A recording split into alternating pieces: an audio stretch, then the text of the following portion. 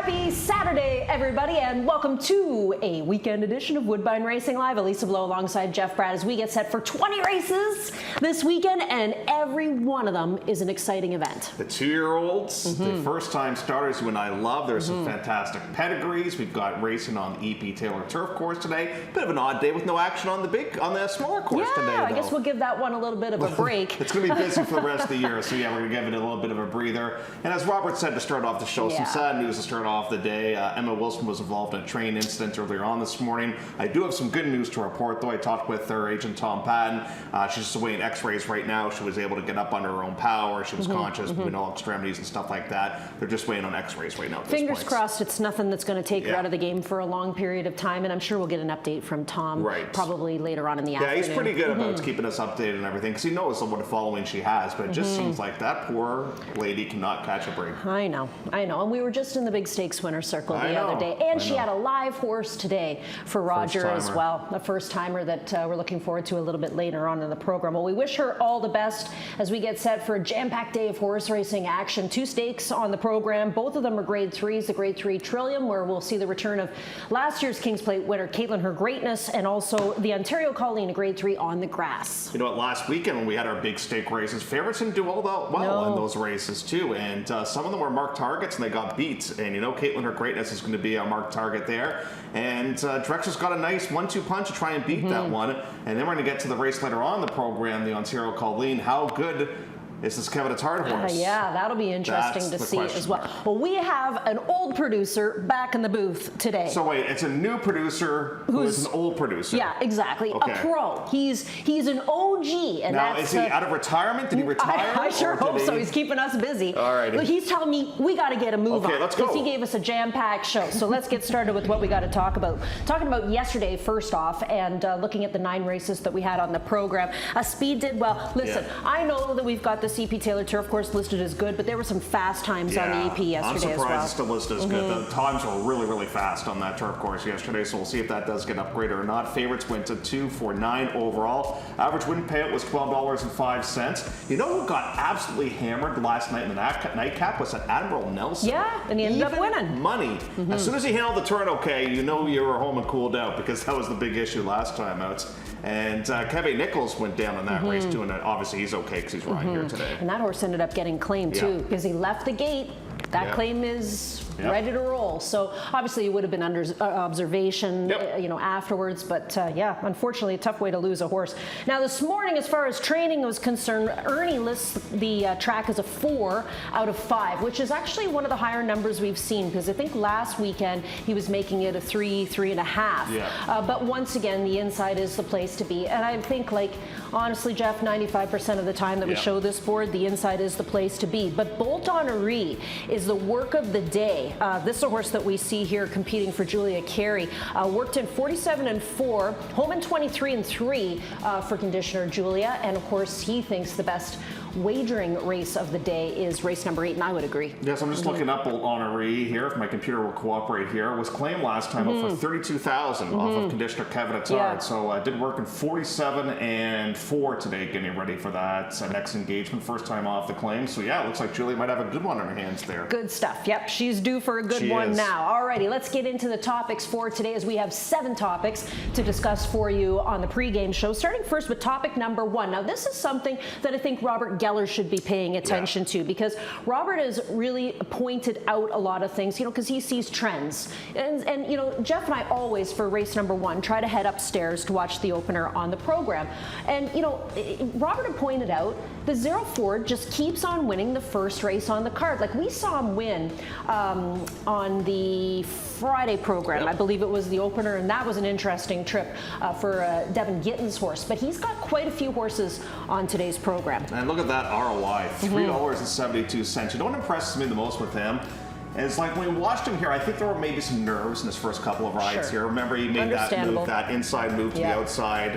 But ever since then, he's ridden some really smart races. And you know what's so important to me is now he's running for Cassie. Now he's running for Drexler. He's getting and into what the big I like burns. about him more than anything is, and this is a huge compliment to him, because he doesn't ride like a bug rider to me. Like, it can change sticks really nicely. You know, I'm really like that.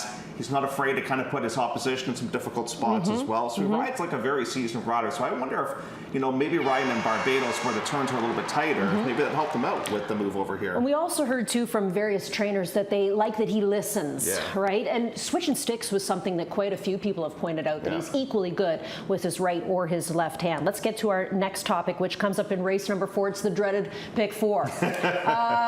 Yesterday we had a tough go. We did not have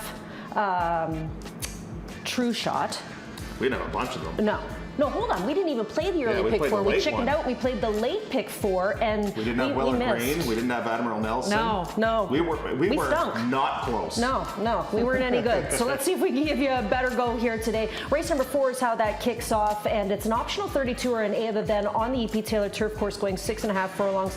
It's listed as good, but believe me, if you were watching the races or if you weren't watching the races yesterday, we're going to pass along that it was incredibly fast.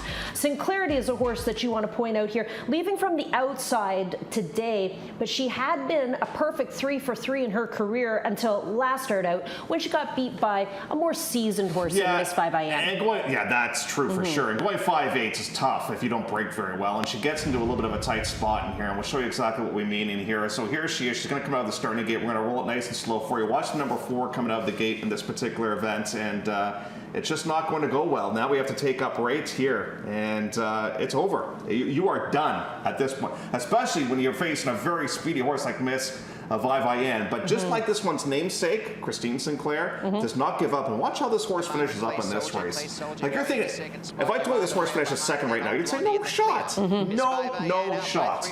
But watch how this one does rally up to finish in the second place position. Now we're going to eventually duck towards the inside and is really, really flying.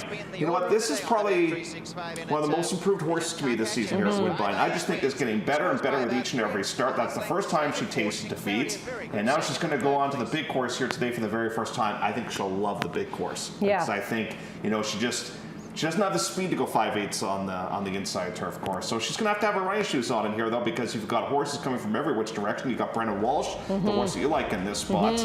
Can't keep a trainer, though. It's all kinds of different trainers. I know. But you know what? It looks to me like they're here for the grass. And, why not? It's a Brendan Walsh trainee, and he's a very well-respected conditioner, especially when it comes to grass horses, right? So I thought, I'll take a flyer on that one over the 9. But once again, for Sinclarity, she faces a lot of seasoned veterans, horses that are 9 years old, 7 years old, that have raced for quite a period of time. So we'll see what she's capable of here in race number 4 on the program. And we will talk about our pick 4 like we always do later on in the card today. Race number 5 is where we're headed to next, and the 5th race on the program, of course, is the first of 2 stakes events, that being the Grade 3 Trillium, and you'll have a field of 6. Now, we talked about this on the pregame show yesterday, Jeff and I did, about Caitlin, her greatness. We're willing to just give her a pass for whatever happened in the Grade 2 Nassau now that she's getting back onto the main track. It appears as if she was in a perfect spot in that race and she wasn't able to capitalize. So for whatever reason, she wasn't at her best. But if you go back to her last synthetic race, which took place in the Belle Mahone, she got an unbelievable ride on this day,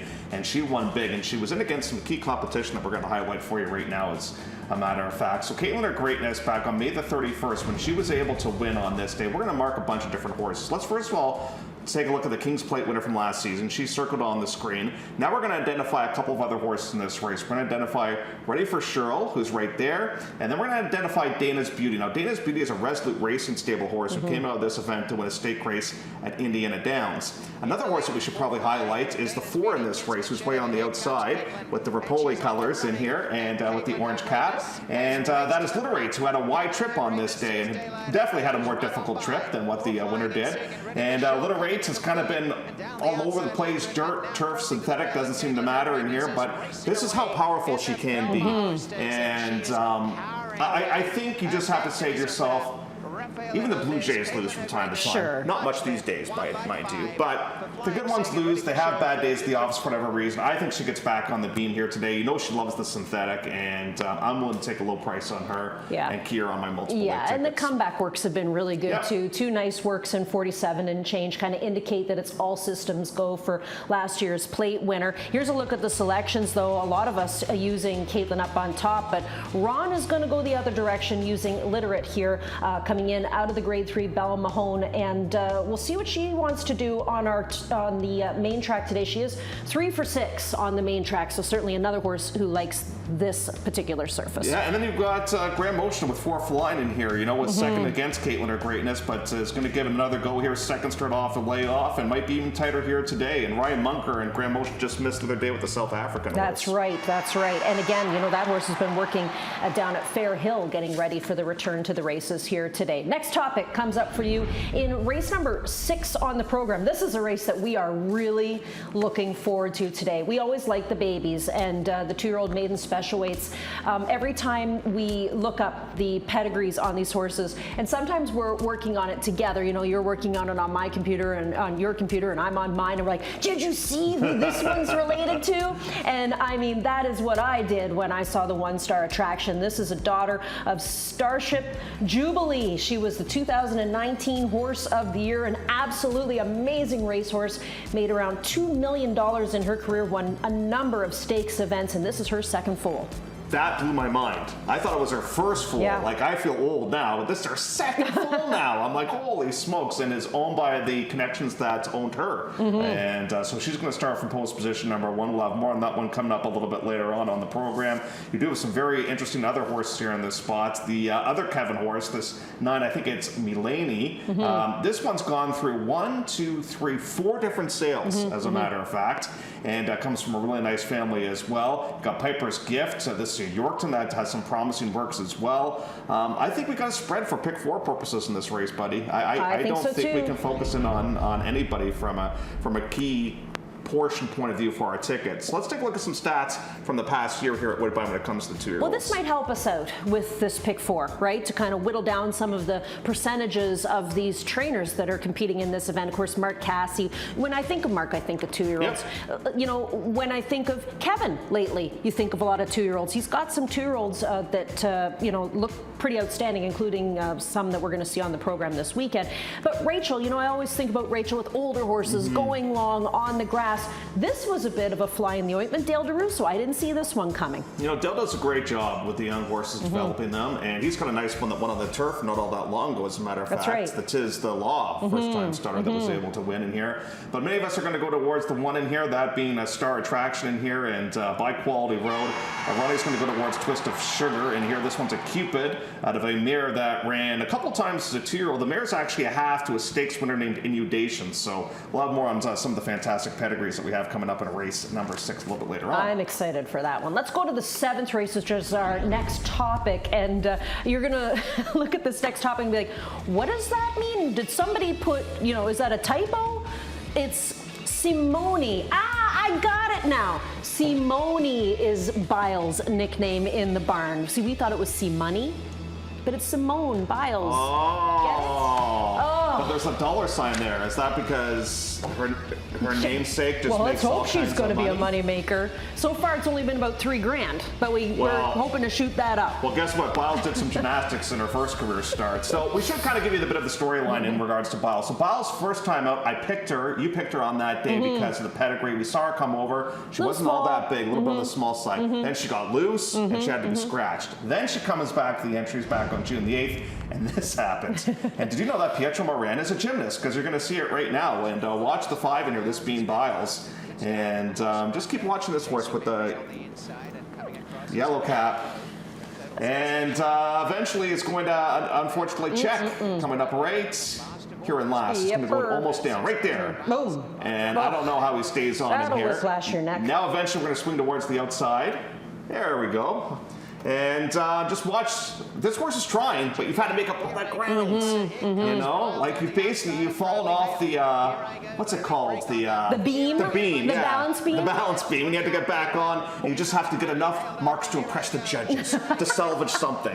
So it's not a perfect score, but it's a score in which you say to yourself, this future Olympian might have some stakes resume status on her by the end of her career. I'll tell you what, my stomach was in my throat. Try being Pietro. When I saw that. Yeah, absolutely. But you know who I'm excited about here in this race, Jeff, is the firster for Roger Atfield. That's seeking title ready. Yeah. Holy smokes, look at the pedigree on this one. This is a $1/2 to $3.4 million winner in Seeking the Soul.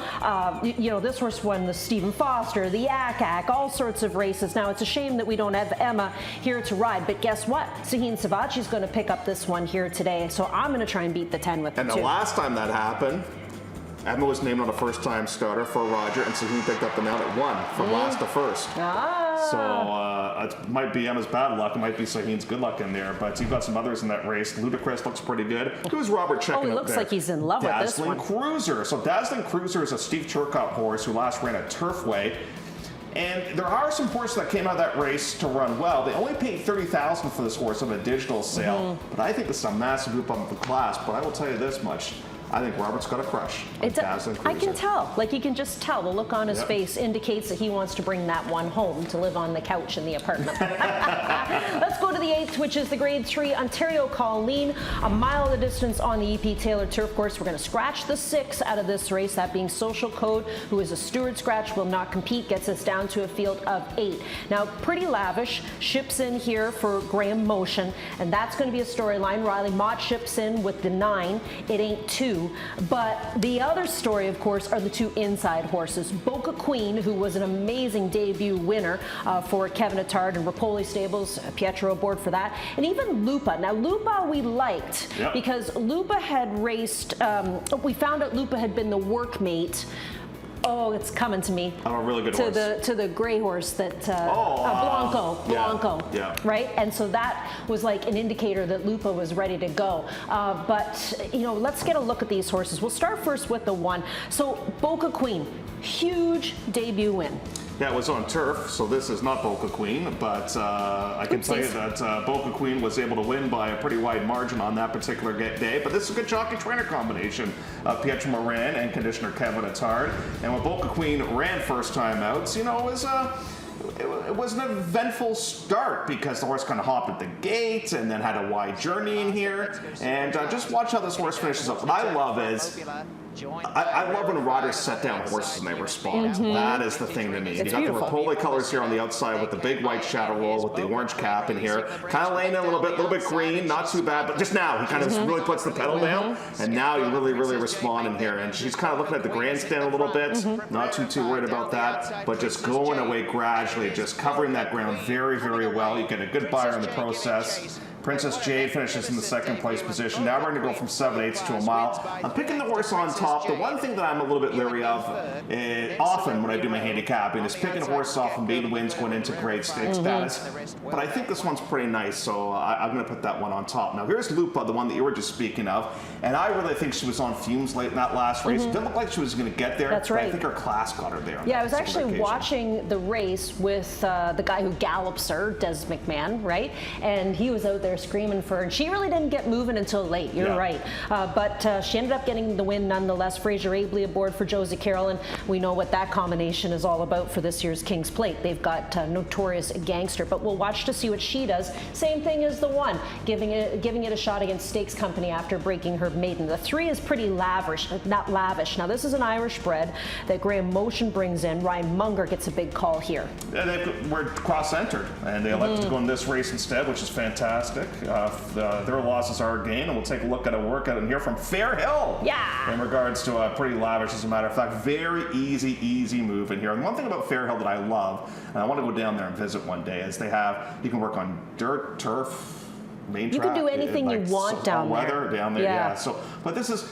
The horse only really gets asked really late in this work in here, and kudos to producer Chris for finding this work because it's a nice little work to kind of pass along here. But what I love about this is I would call this a maintenance move. Just get out there, stretch the legs a little bit, and have some fun in here. But what is so cool too about Fairhill, and you're going to see it here in a couple of seconds, there's tractors, there's all kinds of things. So these horses they get kind of used to everything out there, right? So, but the rider just never really asks this horse. You're going to see this one finishing up in a couple of seconds, but very easy move. What I like about Fairhill too too is that it gives a horse an opportunity to actually be a horse. They don't get stuck in the stall all day long. You know, there's a lot of turnout for these horses. There's a lot of variations for training because it gets a little boring going the same direction over and over and over again. And when you change things up, this is an easy maintenance work, right? And she's doing it all by herself. So just great to have that. Just come out, getting a little bit of urgency. But she has the whole track to herself, Jeff. There isn't even a soul out there. Yeah, that's great. It's just it's an amazing facility, Fair Hill, and it's a lot of the trainers that have been there have just absolutely raved about it. The 4 is Something About Her. This is the Brendan Walsh trainee, so he brings a couple of horses in to compete here today. Rafael Hernandez gets the call on this. So I think the key with her is Lasix, and that's why she's up here so much, and she runs very well with Lasix. I thought she was a bit of a disappointment in the Saline. I was expecting to run a little bit better on that day. It's not like she ran poorly, she just ran okay on that day. Now we're going to get onto the turf, and she has had some success on the grass in the past. She's obviously a very nice individual. Now, Candy Quest is a bit of an interesting runner that we're going to focus on, Elisa, because when this one last ran, they have one big day at Penn. And when this one ran, it was on June the 27th. It was the Penn Oaks, and lost to a Grand Motion horse named Laura Lynn, who's a perfect 4-for-4. And we're going to show you the replay for you right now in here. So this one will finish in the second place position. Now, some of these races, they got a little bit diluted at Penn National on this night because there was a quarantine issue in New York, so one of them couldn't ship. But still, this one lost to a good horse, and Grand Motion's horse, and Laura Lynn. So Candy Quest just picked off a little bit late. If Laura Lynn was in this race, she'd be definitely one of the favorites, if not the favorite in here. Yeah, no, this is a horse that I'm actually using in the second place spot. I'm really excited to see this one go today for Conditioner Mark Cassidy. The 6, of course, is a scratch from the race. The 7 is Hidden Quarry for Ethan West. Now, Sophia Vivez will pick up the call with this one. We saw Sophia in the winner's circle with Admiral Nelson in the last race yesterday. If you're not familiar with Ethan West, he's a Kentucky-based guy more often than not, and he does a good job. Like, his stats are really solid, and you know, this is a horse that has kind of been all over the place. They debuted at Prescal, so a maiden special weight race there. It doesn't go for all that much. They took a shot. They dropped the horse in for 80 at Churchill, and then came out that to run well in against stakes competition. Tizzer Money is the second Cassie runner in this race. This is where you find Patrick Husbands, and this horse comes out of the Grade 3 Saline. No, I was looking up Patrick's stats. He has been even more selective this year than he was last year. I can get it. He's not even had 100 mounts yet this year, though. You know, and he's going to ride this one. That was a speed bias track last time that the horse ran and against in the Saline Stakes. Now, this is the very interesting runner here. This is an 8-2, because if you look at the resume with this horse, never has traveled beyond 6 furlongs and is actually bred on the top side to get a little bit more distance. The mare, her lone win took place at 5 furlongs. This is a bit of an experiment when it comes to the distance with this horse, but it comes from a very, very good outfits. And she was here for the Alley Wow, and it wasn't exactly the easiest of trips. She got into a little bit of trouble, but she raced against a really nice runner in Love Cervere. So I'm going to use her up on top here today. Riley Mott and Cancel in to do the riding, which is exciting. So we'll be watching for that. You went to the basically the new face in the stakes events. It's a big move up in class. It's a big move, but we'll see what she's made of. That's just it. I think I normally would kind of not pick horses like this, but I think she might be close to the S word special. So I'm hoping that's going to be the case. I like the S word. Guess what we're going to do, buddy? Something we've never done before. We're going to come up with some tickets for everybody, just live. We're going to do it live. We haven't even practiced. It's not like our pick 4. So the first one that we're going to do is going to come up in race number 6. So we're going to give you a double in the 6th race. Of course, this is a tough one because the 6th race is the baby race on the grass, where we both agree that we like Star Attraction. Yeah, how many do you want to use? Well, here's the thing. We'll look at the 7th race, because that always helps us out. If you look at the 7th, I like the 2 and you like Biles.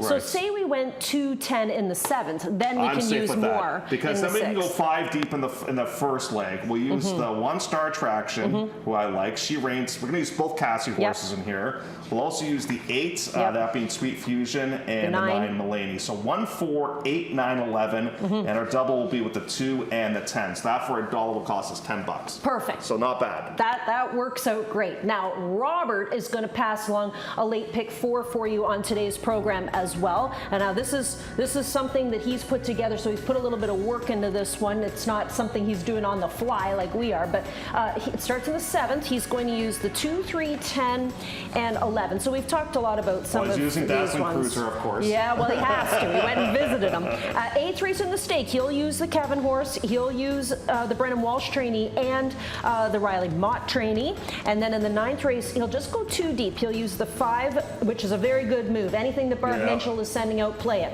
And that's 454, as well as Executive Success, with Ford getting a mount there for the Drexler outfit. And then in the 10th and final, back on the grass, he'll use the 1, 7, 8, and 14. 8, call me KK, 20 to 1. He likes that horse. Yeah. He keeps talking about that 15 one. He's got some prices. Now, the last time I invested in one of Robert's ticket, I think I got 3 to 4. I know the feeling. So, but Robert, good luck with your pick. We got to get the announcer's gig. He's got a high budget, $19.20. I know. Okay, we still have another live ticket. It's a late pick 3 that we're going to do live again. Okay, so that starts in the 8th. So the Colleen is where it starts. Now, I think we both can agree that we need to use the 1, but I want to use the 9. Should we toss in Candy Quest too? Okay, yeah, and I kind of like Lupa. I don't want to leave her out either. Okay, this is how we do it when we actually do it. So let me go. Well, forget about that one. Let's move on to the next race and see if we like something in the 9th. That's a key. Do you like 454? That's who I went towards. Or, you know. 6 and 5 for me. Executive 6 and 5. Well. Okay. Just too deep for me. All right. So say we went, because I'm not sure about whiskey and ice too. I know. So say we went 1, 5, 6. Okay. Well, then we got to key somebody in the 10th. Okay. Well, who do we key? Simpatico, the Julia Carey horse? And I like horse? Scat Girl. Scat Girl's been facing a lot tougher. Yeah, There's no Polka Queens in here. Well, say we went 1, 7 in the 10th. All right. And then we went. Ooh. Good thing it was payday yesterday. Yeah, this is tricky. We got to go back to race 8. All right. So 8th race the stake. We use the 1. 2. You want to use the 2? I want Lupa. Yeah, because Lupa ran well first time out. This is how we do our pick for Yeah, everybody. this is exactly. It's like a married couple who start yelling at each other. Okay, so we use a 1, the 2. So you don't want to use Candy Quest? Well, we probably should. 1, 2, 5, 9. Okay, let's just pretend we have Robert's budget. 1, 2, 5, 9. Yeah. Okay, 1, 2, 5, 9, and then in the 9th race we'll 5 and use 6. 1, 5, 6. Okay. And then 1, 7 in the last. Okay, perfect. And then we're like, oh, great. You see? Wow. But if we're not right, then we have to go to like McDonald's for dinner. Yeah. Oh, well, I've been there a few times. Okay. All righty, let's take a quick commercial break. We still have plenty more to cover as we get set for race number 1 on the program.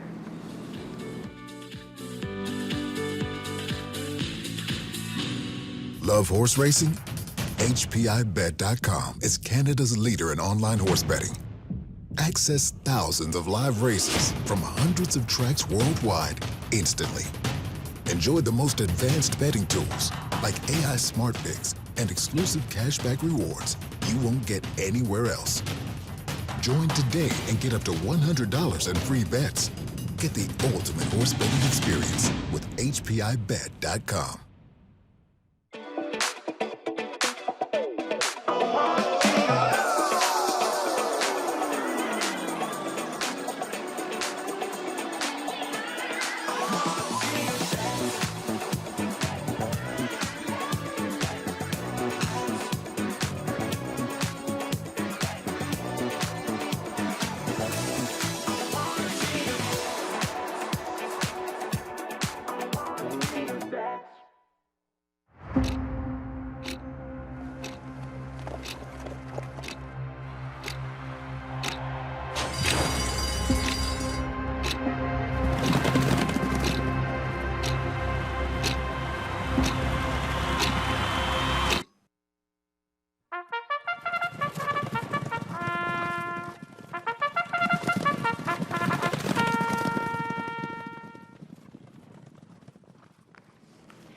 With 23 minutes to go before the opener on the program on this Saturday here at Woodbine, we just want to remind you that like a little sneak peek at tomorrow's pregame show, we are going to discuss the King's Plate. We'll take a look at Tom's Magic. We'll talk about the wagering that'll be available for this year's edition, and that takes place on August the 16th. But as usual, we do need to pass along our plays of the day, and you'll start first. Okay, so here we go. My best bet of the day is going to be coming up in one of the stake races, that being Boca Queen, coming up in race number 8. obviously a lot of us have Biles on our watch list board.